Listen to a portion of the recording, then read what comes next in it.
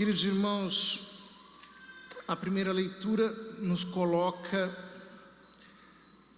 diante da terra prometida, o último discurso feito por Josué, aliás, por Moisés,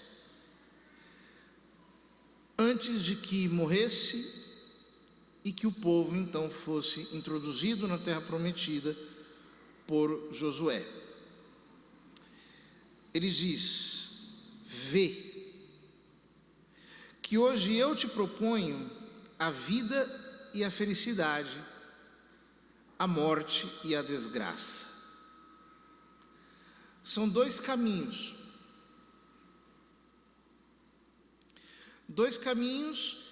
que têm destinos antagônicos.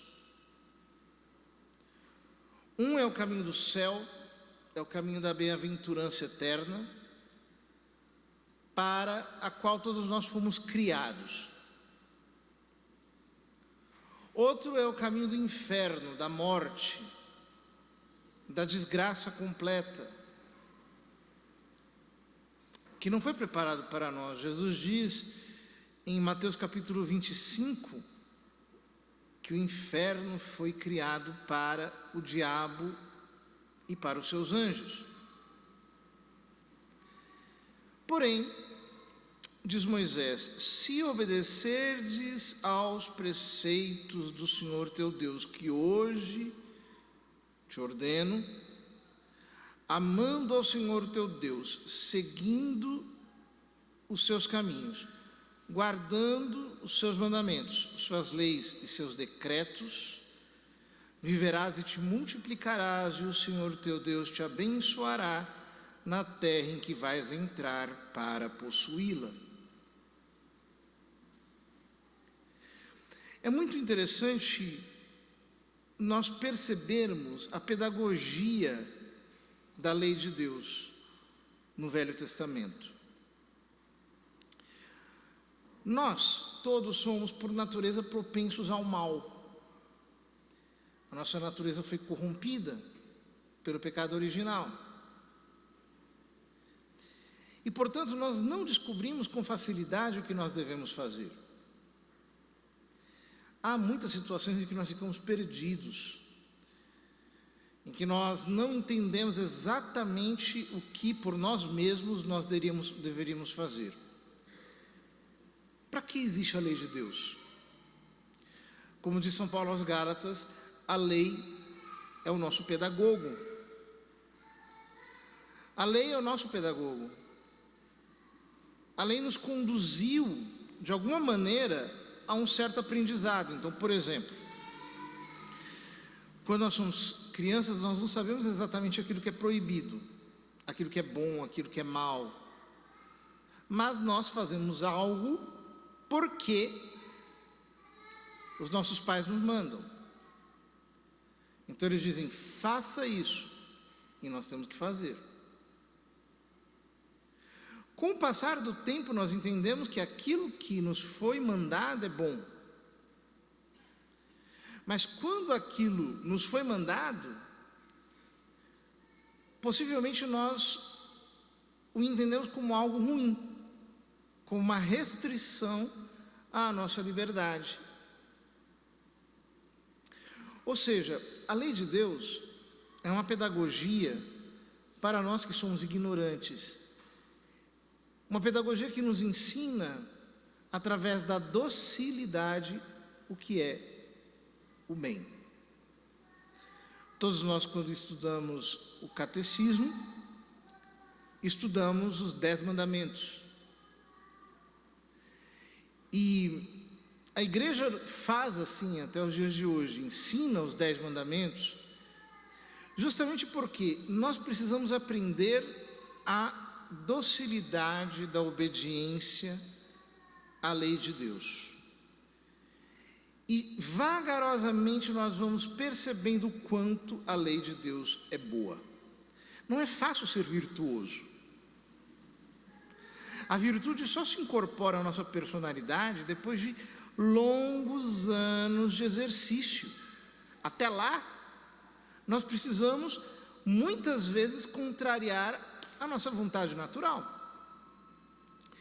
Eu me lembro, por exemplo, de um livro escrito pelo padre Léo Trez, chamado Vaso de Argila, em que ele conta que quando era padre jovem, ele escutava o despertador, desligava, para dormir mais um pouquinho. E aí ele acordava, um pouco contra a vontade, e ia atropeladamente fazendo tudo. Tinha que fazer a barba, tinha que escovar os dentes, tomar banho, colocar a batina, sair de casa, saía correndo, chegava em cima da hora, cansado, suando. E com o passar do tempo ele começou a perceber a vantagem que é acordar mais cedo. Por quê? Faz as coisas com mais calma, com tranquilidade, com pausa, atenção, sem correria. Mas isso não se aprende assim, num passe de mágicas. Talvez no começo de tudo, o que nós precisamos é de alguém que nos obrigue. Você vai acordar cedo, tem que acordar. Precisa de um despertador gritando, você vai fazer, tem que fazer. Por quê? O caminho dos mandamentos de Deus é um caminho um pouco mais difícil, mas ele é melhor. Porque ele nos leva a uma vida realizada, uma vida ordenada, uma vida equilibrada. Vejam, quantos de nós, despreocupando-nos com mandamentos, vamos tendo uma vida totalmente disforme. Vejo pessoas, por exemplo, que vão se deixando levar pelo impulso do desejo, e aí vão se relacionando. Aí tem uma mulher hoje, aí não é aquela, mas aí já tem um filho com ela, depois vai com outra, e depois já tem outra, e já tem um filho com a outra, e aí o fulano tem um monte de filhos esparramados pelo mundo, um monte de cursos não terminados, um monte de trabalhos feitos pela metade, é uma vida totalmente desregrada, que por fim, quando você olha para trás, você não tem uma biografia, você tem exatamente como diz o poema do Carlos Drummond de Andrade, eu sou 300. Você tem 300 vidas. Uma a depender da fase em que você está vivendo. Ora, o que a Escritura está nos dizendo aqui é, se você for dócil, se você escutar os mandamentos de Deus, no sentido de obedecer, de praticar, a consequência disso é que você vai ter uma vida mais exitosa, uma biografia com começo, meio e fim. A tranquilidade psicológica de ter uma afetividade no lugar, não como uma carroça que é puxada por 5 cavalos em direções opostas. Mas aí Moisés continua: se porém o teu coração se desviar e não quiseres escutar, e se deixando te levar pelo erro, adorares deuses estranhos e os servires, eu vos anuncio hoje que certamente perecereis. É evidente, porque você deixa de escutar o Deus único e começa a se esquizofrenizar num panteão que contém vontades contraditórias, orientações múltiplas. Não vivereis muito tempo na terra onde ides entrar, depois de atravessar o Jordão para ocupá-la. Tomo hoje o céu e a terra como testemunhas contra vós, de que vos propus a vida e a morte, a bênção e a maldição. Vejam, nessa perspectiva, bênção não é algo que é feito sobre mim. Bênção é um modo de viver. Eu escolho viver debaixo da vontade de Deus. Eu escolho meditar a sua palavra. Eu escolho dar razão ao que Ele diz. Eu escolho ter um coração dócil para compreender os seus ditames. Portanto, eu sou abençoado. O livro dos Números tem uma sentença que diz: não vale encantamento contra os filhos de Jacó. E o livro dos Provérbios diz que uma maldição sem causa não tem efeito. Ou seja, quando nós vivemos uma vida abençoada, porque ela está na dependência da palavra de Deus, na dependência do Espírito Santo, na dependência da graça, Deus é o garante da nossa existência. A escolha é nossa. Por isso diz Moisés: escolhe, pois, a vida, para que vivas, tu e teus descendentes, amando ao Senhor teu Deus, obedecendo a sua voz e apegando-te a Ele. Apegando-te a Ele. É muito linda essa expressão. Eu tenho que me apegar a Deus, como um filho que escuta a voz do seu pai e vai, dia após dia, crescendo em harmonia com Ele, em comunhão com Ele, em intimidade com Ele. A cada dia vai se apegando mais e mais e mais a Ele. Ou seja, na medida em que eu pratico a docilidade a Deus e a sua palavra, o que acontece comigo é que eu vou sendo preparado para a vida espiritual. O que é apegar-se ao Senhor? Deus é Espírito. E Ele procura adoradores que o adorem em espírito e verdade. O que é a vida espiritual?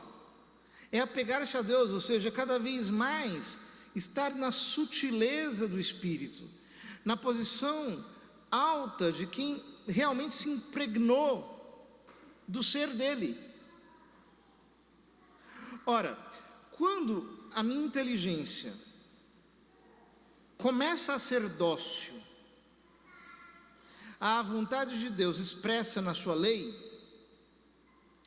o que acontece é que o meu homem exterior vai se acalmando, ele vai se contendo, e aí eu consigo enxergar uma luz mais alta, que é a luz da fé, que é uma luz inteiramente espiritual. Eu começo a enxergar a luz da fé, e enxergando-a, eu passo a me apegar a Deus, eu passo a pertencer-lhe de modo mais íntimo, pois Ele é a tua vida, e prolonga os teus dias a fim de que habites na terra que o Senhor jurou dar a teus pais, Abraão, Isaque e Jacó. Ora, no Evangelho, Jesus, depois de anunciar a sua paixão, diz que se alguém quer segui-lo, tem que renunciar a si mesmo, tomar a sua cruz e segui-lo. Pois quem quiser salvar a sua vida vai perdê-la, mas quem perder a sua vida por causa dele, irá salvá-la. Perder a vida por causa de Cristo, tomar a cruz, o jugo de Cristo, começa por tomar em sério os mandamentos de Deus. O Salmo 2 começa dizendo: porque as nações se amotinam, porque conspiram os reis da terra contra o Senhor e o seu ungido, vamos quebrar suas correntes, dizem eles, e sacudir para longe de nós o seu jugo. Quebrar as correntes da obediência e jogar o jugo dos mandamentos para longe. É isso que as pessoas têm feito na nossa geração. Não querem mais saber de Deus, não querem mais saber dos mandamentos de Deus, não querem mais saber daquilo que Deus determinou para que nós fizéssemos ou não fizéssemos. E nós todos temos que pensar: será que todas as minhas obras estão alinhadas com a vontade de Deus, debaixo dos seus mandamentos?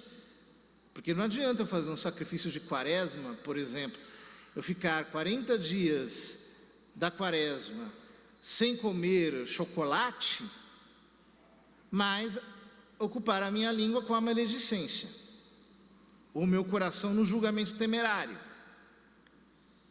ou as minhas mãos em reter aquilo que não é meu, ou com os meus sentimentos cheios de rancor. De nada serve fazer um sacrifício exterior se ele não é acompanhado pelo sacrifício mais íntimo, que é o sacrifício da nossa vontade, que nós fazemos todo dia quando nós dizemos: não a minha vontade, mas a tua. Eu quero te ouvir, ó Deus, eu quero meditar a tua lei, eu quero aprender a tua sabedoria. Exatamente o que diz o Salmo 118, o maior de todos os capítulos da Escritura, que é um grande louvor à lei de Deus, à palavra de Deus, uma grande meditação e um elogio a quem medita as Escrituras com profundidade. Queridos irmãos, reparemos em nossa vida: aquilo que estiver fora dos mandamentos de Deus